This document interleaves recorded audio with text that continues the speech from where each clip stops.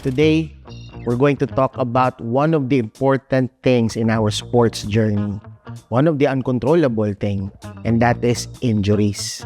So as an athlete, it's not just about improving our skills, but also it's taking good care of our body. Today, we are fortunate to meet and talk to one of a good friend of Coach Alvin. I've known him since 7th grade, and he will share us his story about his varsity days and the time that he suffered an unfortunate ACL knee injury. Also, he will also share about his road to recovery and wisdom to young athletes. So tara, samahan niyo ako in this video.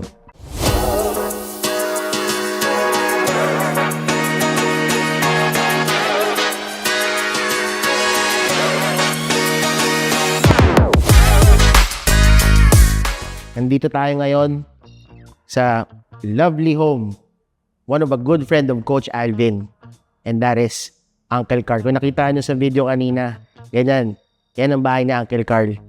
Uncle Carl, thank you for having us. For having me also. Right. So, Uncle Carl, just a quick trivia po, dati pupunta na kami dito when we were 7th grade or first year high school. Matataas pa yung mga kalaib dun dati. Naalala ko meron kayo ditong half court. Yes. Chain net pa. Exactly. Di ba pag naglalaro tayo ng basketball and chain ang net, ang sarap pakinggan kapag you shoot a hoop, di ba? Uncle Carl, I want everyone to meet Uncle Carl. Can you tell us who you are, Uncle Carl? Hi everyone, my name is Uncle Carl. I'm from Manila, Santa Ana, Manila. Yan. Uncle Carl, so you were a varsity player back in your days, grade school and high school. Can you tell us your story about that? Ang basketball, na-introduce sa akin ng mga friends and cousins ko when I was young. Maybe around 10 years old. Wow. Yan. Tapos, nung elementary, karoon ng tryouts sa Aquinas School, ng aming school. Tapos nun, syempre, may mga pangarap tayo nung bata tayo. Yes. Sana one day maka-represent mo yung school. Right. Pride. Right. Tsaka, siyempre, iba yung pag ikaw yung varsity ng school dati. Correct. Tsaka, magkakaroon ka ng proper training, everything, Tapos, siyempre, wooden court sa Aquinas dati. So, yan, marami nag-tryout. Siyempre, exclusive boys kami lahat. So, nag-tryout. Pinalad tayo, nakuha tayo sa first screening, second hanggang doon nag-final lineup na. Yeah. So, I was like 12 years old at that time, grade 6. Grade 6? Yeah, grade school. Grade school ako noon. Right. Yun yung first varsity time ko. Okay. So, and you feel proud na natanggap ka. Tama. Tryouts. So, I want also to share this. Tama ba, Uncle Carl, that if a school opened a tryouts for their varsity team, that means may mag-exit at kailangan sila ng mga players to fill in. Yeah, sure. And luckily nakuha ka doon. Yes, correct. And after your grade school stint, you tried out then for high school. Tama High school, yes. So, I tried out and again, fortunately, nakuha tayo sa tryout. Nice. Yeah. So, second year again, nag-start ako again. So, training again, nagbuo na naman sila ng team. Ang maganda doon, hindi lang kami same age. Meron mga lower batch na kabatch namin. Pero kami yung senior that time. Okay. So, halo siya ng, alam ko, parang may first year din doon, tsaka second year. Ganyan. So, again, alam ko parang payad. Kung di ako nagkakamali, parang payad din ulit yun. So, Mother League pa rin. Mother League. To the young aspiring athletes out there, can you share us or tell us what is your discipline during your playing days? Yeah. Academics, nutrition, bahay, school, practice. Tell us something about that. If you're into sports, doon talaga magsisimula yung discipline. Okay? That's number one for me. Because pag nagkaroon ka na ng discipline, mag-a-apply na yan sa personal life mo, nasa sports ka, whatever. Yun. Doon talaga yun. So, mag-start talaga yan from practice. Okay? So, meron akong isang katagang na hindi ko makakalimutan until now. Perfect practice makes perfect. It must be perfect in practice. Because pag ikaw nagpa-practice lang at di mo pina-perfect sa practice mo, hindi mo magagawa talaga yung drills mo, o yung ginagawa. So yun, perfect practice makes perfect. Exactly. So yun, tumatak sa amin lahat yun. Hanggang ngayon, dala mo yun. Dala-dala namin lahat yun. You were what age, di ba? Third year, fourth year high school that time. Yeah, and Dala mo yun. correct. And by the way, I'm not the star player of my team, or role player of the team, ha. Marami Humble kaming pa. mga star player that time, ha. Nandiyan si Raymar Gutilba. We'll go there. But JC, marami sila.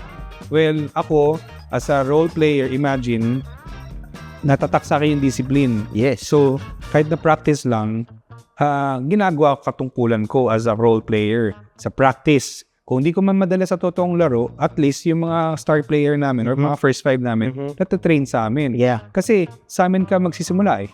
Yeah. So pag lumabas na kami ng Aquinas or ng home court namin, big players na yung mga nandun.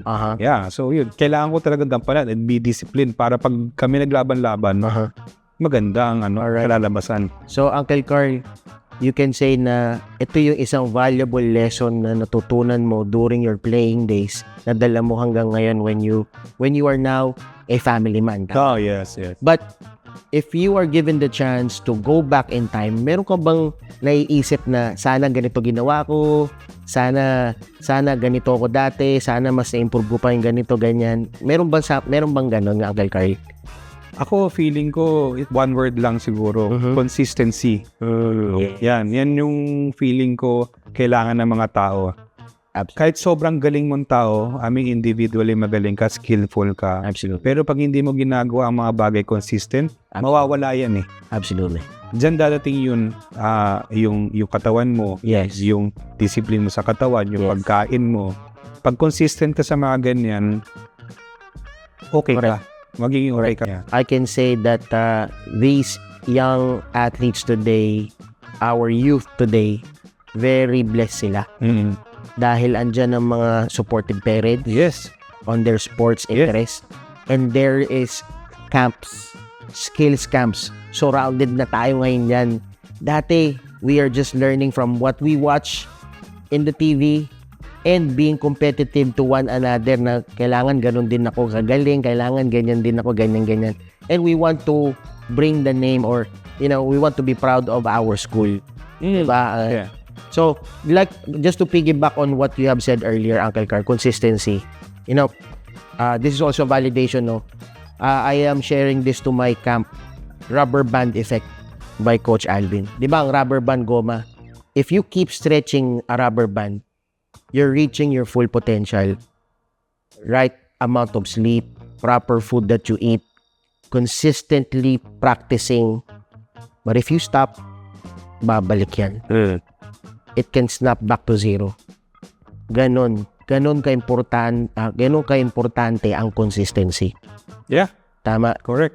Now, Uncle Carl, ito na.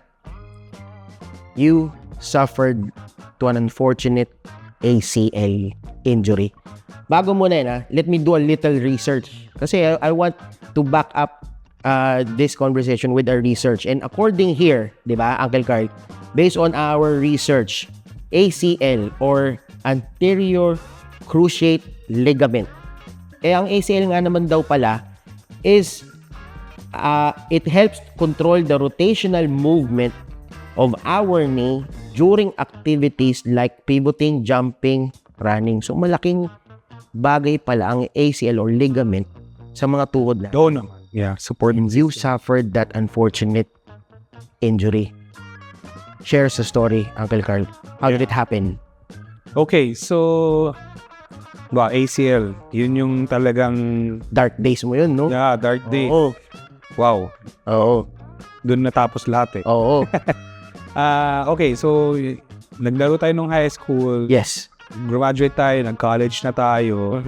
Meron pa rin pasundot-sundot na basketball. Okay. Pero syempre, Runs. Ngayon tawag na runs. Runs na ba tawag? Basketball runs. Iba na siguro. So, yun, may runs ako noon after those organized basketball. Ayun na yung mga street balls natin. Yeah. Alam mo yung tawag na nila ngayon, papawis eh. Papawis ngayon sa mga uncles. Yung mga Saturday club natin. So, ganun na lang tayo. Kasi syempre, nung college na, iba na yung priority natin eh. Correct. Hindi ko na talaga pinursue yung basketball to the next level sa college kasi sabi ko, hindi para sa akin yan eh. Yun eh. May mga pintuan tayo. to some, hindi tayo pabubuksan ng pintuan ng basketball. Alright? So, we have to be ready in life. Yes. Okay? Hindi lahat parating ball is life. Yes. Sa akin, hindi nangyari yun. Pero yung bata ko, ball is life. Diba? Malalakas pa tayo. May lakas pa tayo nun. For the sake of our young aspiring athletes today, kailangan nilang malaman Oo. at paano ang naging journey mo. Okay. Walk us through, Uncle Carl. So, isipin mo, galing ka sa regular trainings, right? Nandun yung everyday discipline mo, pasok ka sa school, tapos training kayo sa afternoon, tapos uwi ka na ng bahay, kain ka ng dinner, tulog ka na maaga. Yun yung discipline nung araw na time namin. Yes. Okay? So, nag-college na ako, nawala na yung routine ko eh. Yun. Oo, yun ang medyo nawala na discipline. Kaya nga sinabi ko, discipline and consistency. Absolutely. Para sa akin, kambal yan eh. Yes. Kung may discipline ka, magkakaroon ng consistency, Exactly. diba? So, syempre, bata tayo nung time na yon. I was like 16, 17 years old. Na-expose tayo sa ibang industry, ibang habit or hobby. So doon na yun, masasabi ko na out of shape na ako. Out of shape. Yeah. So I gained weight a lot. That's my biggest frustration nung ako'y lumalaki. Kasi ang utak mo akala mo mabilis ka pa nung ikaw ay bata pa. Pero nagkaka-edad ka na. Correct. Lumalaki ka. Tapos ang galaw mo yung pa rin. Slappy ka pa rin. Akala mo, ganun pa rin. Akala mo, ikaw pa rin si End1 nung araw Mike Skip to Cortez my na loo. pala, sobrang idol ko. Tsaka Johnny Abriento. Tapos si Jason Kidd. Okay. So ginagaya ko talaga yung mga idol ko nung araw. Alam mo yun. Kasi yung influence mo Fancy, oo. Ayun na nga. Lumaki ako. Tuloy-tuloy pa rin yung regular basketball ko na every week sa mga friends ko. You were out of shape. Okay? Yeah. And then, Yun, so yeah, out of shape ako nun. Napabayaan ko yung sarili ko. Hindi na ako nakapag-training, hindi na ako nag-exercise. Akala ko, okay pa. Oo, okay pa Nawala yung consistency. Monday to Friday ako nag-aim before Ngayon, wala na. Na lang ako, kain ako. Tsaka yung intake ko ng pagkain, yung eating habit ko, the same. Yes. Kasi nung ikaw ay nag-exercise pa ng bata. Oo, you need energy. Correct. Hindi ko alam yun Wala naman akong pakialam dati sa ganyan. Basta ako, masaya ako, naglalaro pa rin ako. Makain ako masarap na pagkain. Yun, so anyway, in short, out of shape. Tumaba ako, tapos naglaro ulit ako. Okay, eto na. Ayan. Ayan na. Dito yan. Yeah, so mayroon dito sa Mandaluyong, sa malapit sa bahay namin, na basketball court. So ang naalala ko nun, outlet nun. So bato sa akin yung bola, diretso ako sa gitna. Okay. Tapos may nakita akong teammate na nasa side ko. Tapos may isang malaking opponent o defense. Harapan ko. So trying yung Jason Kidd na move na. Pwede natin ito pakita sa highlights yung Jason Kidd. Okay, i-cue natin yan. So pag fake kong ganun, naiiwan tong right knee. Yun. Ang bigat ko, di ba? Yes. So usually pag magaan ka, kaya i-ganun yun kaso na-stuck na siya doon. Stuck. So, anong nangyari sa tuhod ko, gumano na. So, naputol yung ligament. Right knee. Right knee ko. Right. Ito pa naman yung ko, malakas na knee ko. Dominant. Dominant knee ko, leg ko yan Oo, dominant leg ko yan, foot ko yan Okay. Yun. Nakarinig ako ng snap. Boom. Ganun lang. Snap lang. Crack meron. Wala, snap lang. Nag-snap. Okay. Bumigay talaga. Baga, parang nag-slide siya. Ang init niya sa loob umislide siya. Naramdaman ko sa tuhod ko. Nag-slide siya, nag-snap. Tapos, balik ako dun sa, nakaupo na ako. Tingin ako sa mga tao. Sabi ko, ang sakit. Ito, okay. This is an actual story ng ACL injury and when it happened. Ganun ka genuine tong story na to. 10 out of 10 pain, Uncle Carl. Siguro nasa mga 8 siya. Okay. Kasi nga masakit naman. pa rin, masabit. Correct. Nasa motion ka Oo. Adrenaline nga. Siguro pa 7 nga lang Pero alam mo, nagulat. Ba't ganun sakit? Ayan, ganun. Pero, naramdaman ko yung 10 out, baka 100 out of 10 Joke. Sobra na. Nung sobrang sakit, yun tested na ako. Yun, kinabukasan na. Nakapag-drive pa nga ako Nakapag-drive ka pa that time. Oo, nakapag-drive pa ako. Tapos, yung kinabukasan ng madaling araw, dun ko na napansin na super sakit. Kasi may swelling na. May swelling na siya. At ito na naman yung na pagkakamali ko, hindi ko sila lalagyan ng yelo. Yung Ice. That pala, pag nagkaroon ka ng injury kahit saan, bagay mo. Yeah. First aid 101 kasi I'm also doing therapy due to my slip disc. The PT, and this is from a doctor as well. Any swelling on your body part, ice or cold compress. Right. Prevent swelling. When did you seek medical attention or treatment? Yes. Kasi naalala ko, Uncle Carl, hindi ka pa seek ng medical treatment. Hindi. Inimbitahan pa kita maglaro sa Marikina. Yes. And during that time, warm up pa lang shooting, nakarinig mo na nag-snap Oo. or nag-ano. Masakit na talaga. Masakit na. Actually, hindi lang snap. Masakit. And that was months ago. Tama? Oo, matagal. After nung injury. Talagang hindi ko siya nilaro kasi sobrang sakit eh. Hanggang nawala na yung swelling niya. Okay na, sabi ko baka pwede na ulit. Pero alam ko, sa sarili ko, medyo mahina siya. Parang bugbog. Pero di mo na nakikita sa labas, so ganun siya. So naglaro pa rin. Alam mo yung kala mo, wala lang to, siguro na. Laro pa. Stretch lang. So base pa rin ako. Alam mo yung the usual get up. Wala pa tayo, clueless pa tayo nun eh. Kung ano yun eh. Naglaro pa rin ako. Yun yung sabi mo, in-invite mo ko doon sa Marikina that time. Yun yung mga gusto natin. Dayo Seri tayo dati. San Juan, Mandaluyong, Marikina, Horseshoe, ganyan yung mga linaruan namin dati. Sabi ko, teka, ngayon nag-shooting pa lang, may nararamdaman na ako ng sobrang weak talaga ng right ko. So sabi ko, hindi ko kaya itong laruin. Iba yung laro pag ando ka na sa laro, Kaya, hindi impact yun eh. Puro banggaan doon. Iba exactly. Hindi na kaya. Hindi lang yan, pwesto ka, mag-aantay ka ng And umulit yun, over and over again. Yun. So maraming beses sabi ko, hindi, lang to, bugbog lang to, ganyan. Hanggang... So parang in denial ka? In denial ako. Hanggang kahit naglalakad lang ako, medyo sumasakit. Yun na. Yun na, sabi ko, ay, iba enough to. is enough. Uncle Carl, you were saying na when you seek medical attention, the doctor said, pagka-check na kagad ng tuhod mo, ng right knee mo, you were asked, pwede ka na ba operan bukas? Oo, ganun. Ganun and you said nakabilis. yes. Sabi ko, yes. Sabi ko, Doctor, alam ko naman na anytime. Handa ka na. Handa na ako. So yun, nag-prepare ako. Kinabukasan nun, ready na ako sa operation. Ang bilis lang. By the way, mabilis were you conscious or awake? Kasi medyo major operation siya eh. Yes. Pero, narinig ko. Medyo meron kang nun eh. Kahit paano, ilang percent na conscious kayo. Pinumpok-pok. Hindi ko alam kung anong ginagawa na paano. Basta kinuha ligament.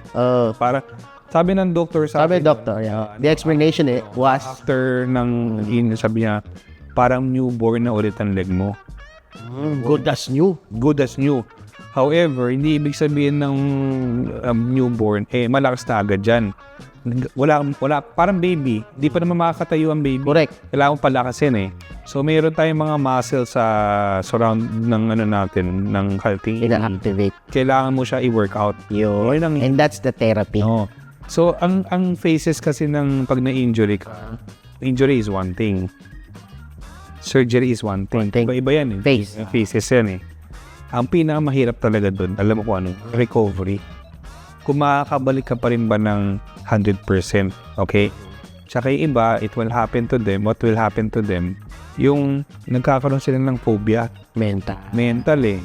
Kasi takot ka na may injury eh. Dadaanan mo ulit yung phases na yun eh. Kasi you were traumatized when it happened, the pain, the surgery, natatakot ka ngayon na baka maulit. Ulit. Dadaanan mo ulit. Mahirap siya. And for us, hindi naman po mura magkaroon ng ganyan. Magpagamot. Hindi siya mura. Hindi po mura.